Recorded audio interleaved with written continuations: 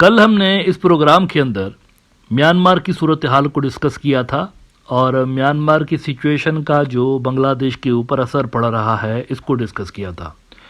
अब इस एपिसोड के अंदर मैंने बांग्लादेश के पॉलिसी मेकर्स को ये रिक्वेस्ट की थी कि आपको बर्मा के अंदर जो नई रियलिटीज़ हैं उसको एक्सेप्ट करना चाहिए और उस हिसाब से अपनी पॉलिसीज़ डिज़ाइन करनी चाहिए। और साथ ही मैंने ये भी कहा था कि मोहम्मद यूनिस की जो सरकार है उसके अंदर एक विजिबल शिफ्ट हमें बर्मा पॉलिसी के अंदर ऑलरेडी नज़र आ रहा है, लेकिन there is lot more to do. अभी तक जो हो रहा है ये इनफ नहीं है, कुछ ज़्यादा करने की ज़रूरत है, एक्टिवली इंगेज होने की ज़रूरत है उन नए प्लेयर्स के साथ जो कि ग्राउंड पे एग्जिस्टेंस रखते हैं।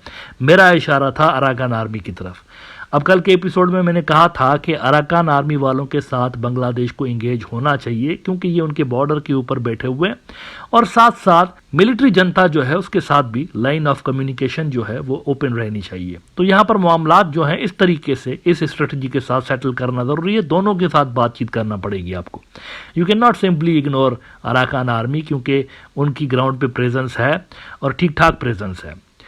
अब अच्छी बात यह है कि बांग्लादेश ने ये कंफर्म किया है आज कि उनकी बातचीत चल रही है। बेसिकली अराकान आर्मी वालों के साथ वो राब्ते में है और उनकी निगोसिएशंस चल रही हैं उनके साथ, और कहीं ना कहीं पे जो रोहिंग्या की सेटलमेंट का जो मसला है वो भी यहाँ पर डिस्कस हो रहा है इनके साथ। आज जो बांग्लादेश के होम अफेयर्स एडवाइज़र हैं उन्होंने तेकनाफ का भी दौरा किया। ये भी बड़ी इंपॉर्टेंट बात है, तेकनाफ का दौरा करना ज़रूरी था। मेरे ख्याल से तो ये तभी कर देना चाहिए था जब इंडियन मीडिया के अंदर ये झूठी खबरें लग रही थी कि अराकान आर्मी ने तेकनाफ के ऊपर कब्जा कर लिया है और इस प्रोग्राम के अंदर हम ये डिस्कस करते रहे कि ये झूठ बोल रहे हैं।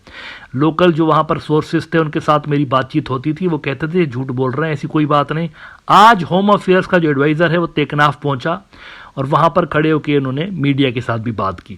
द बिजनेस स्टैंडर्ड ने इस बड़ी डेवलपमेंट पे लिखा है कि Bangladesh in touch with Myanmar government, Arakan Army over border area conflict, home affairs adviser, no problem in border area, security forces performing their duties with caution, he says.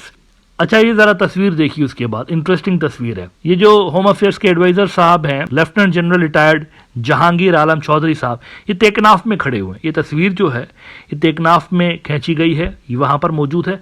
Indian media जरा गौर से देख ले इसको। ये रहा तेकनाफ आपका और यहाँ पर होम मिनिस्ट्री का एडवाइजर खड़ा हुआ है बांग्लादेश का।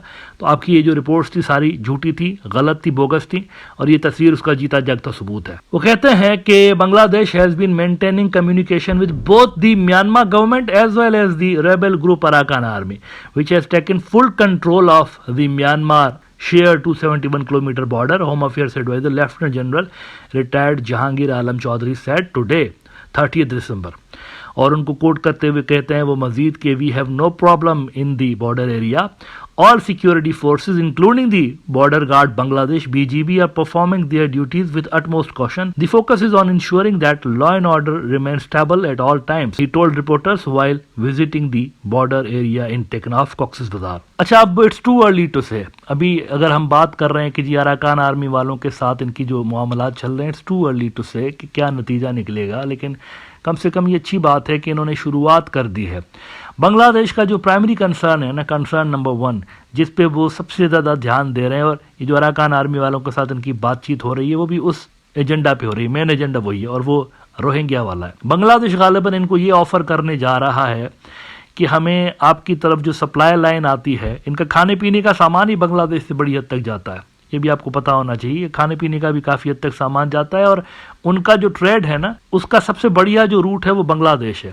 देखिए उनका जो समुंदर का रास्ता है, मतलब समुंदर देखें काफ़ी बड़ा है, रखाइन स्टेट का समुंदर जो है वो काफ़ी बड़े एरिया पे फैला हुआ है। लेकिन प्रॉब्लम यह है कि इनके पास उस लेवल की नेवी नहीं है ना जिस लेवल की नेवी इनके अपोनेंट्स के पास है। ज़मीन पे तो चले रखाइन स्टेट की कब्जा करके बैठे हुए हैं, लेकिन समंदरों में मिलिट्री जनता है, उनकी नेवी है, उनके पास प्रॉपर वॉरशिप्स हैं, सब कुछ है उनके पास।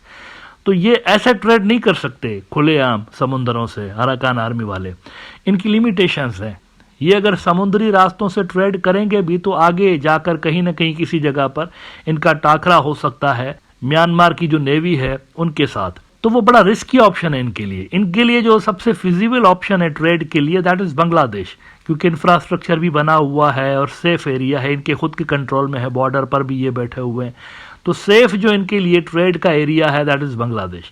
इंडिया का भी थोड़ा सा दूर है, वो भी कुछ इलाके जो हैं घने जंगलात भी हैं, ठीक तरीके के रोड नहीं बने हुए, कलादन प्रोजेक्ट जो बन रहा था वो नहीं बन सका। अगर वो बन जाता तो आप कह सकते हैं कि इंडिया को फिर एक एज हासिल होता इन निगोसिएशंस के अंदर, जो कि वो भी कर रहे हैं अराकान आर्मी वालों के साथ। लेकिन वो प्रोजेक्ट बना हुआ ही नहीं है, ढंग की कनेक्टिविटी नहीं है, यहाँ पर है बांग्लादेश वाली साइड पे।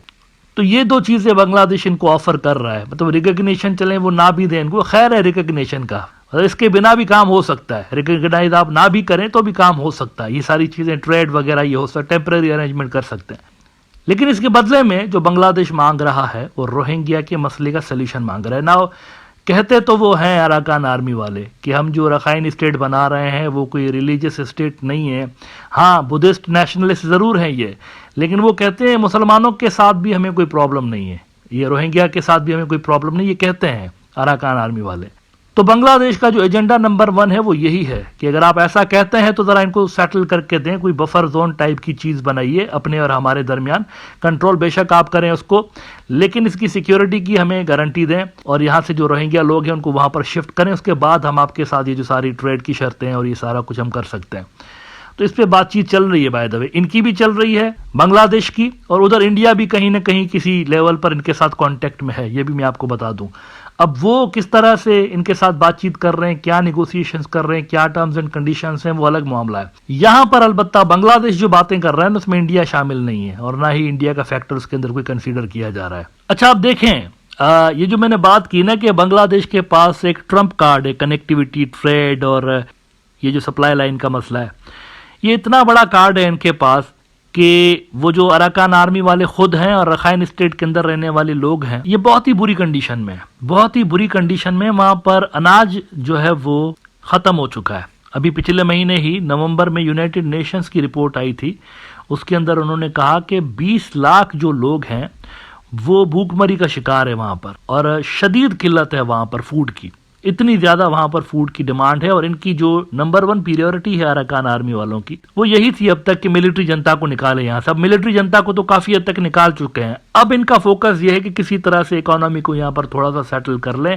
ताकि लोग भूखे तो ना मरें, ऐसा ना हो यहाँ से निकल के दूसरे इलाकों की तरफ भागना शुरू कर दें। द गार्डियन की जरा रिपोर्ट देखिए 7 नवंबर की, 2 million at risk of starvation in Myanmar state amid total economic collapse. A United Nations report will accuse the military of imposing collective punishment on Rakhine state more than 3 years after seizing power in a coup. उन्होंने इतना ज़्यादा इस state को यानी चुंगल में रखा हुआ था कि मतलब हर तरह के रास्ते बंद हैं, ट्रेड पे सैंक्शन सब कुछ बंद करके रखा हुआ था। एज अ रिजल्ट ये हो गया वहाँ पर, यूनाइटेड नेशंस कह रहा है कि वहाँ इकोनॉमी ख़त्म हो चुकी है, ट्रेड ख़त्म हो चुका है वहाँ पर, और भूखमरी से लोग वहाँ पर मर रहे हैं, शिकार हैं भूखमरी का। अब इसको ख़त्म करने का वाहिद ऑप्शन यही है कि सप्लाई लाइन वहाँ से दोबारा से खुले बांग्लादेश वाली साइड से।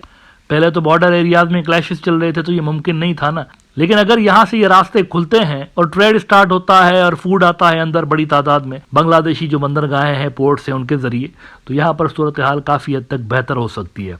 तो ये बहुत बड़ा एक स्ट्रेटेजिक कार्ड मौजूद है बांग्लादेश के पॉलिसी मेकर्स के पास, जिसको इस्तेमाल करते हुए वो रोहिंग्या के इशू को यहाँ पर समहाउ हल कर सकते हैं।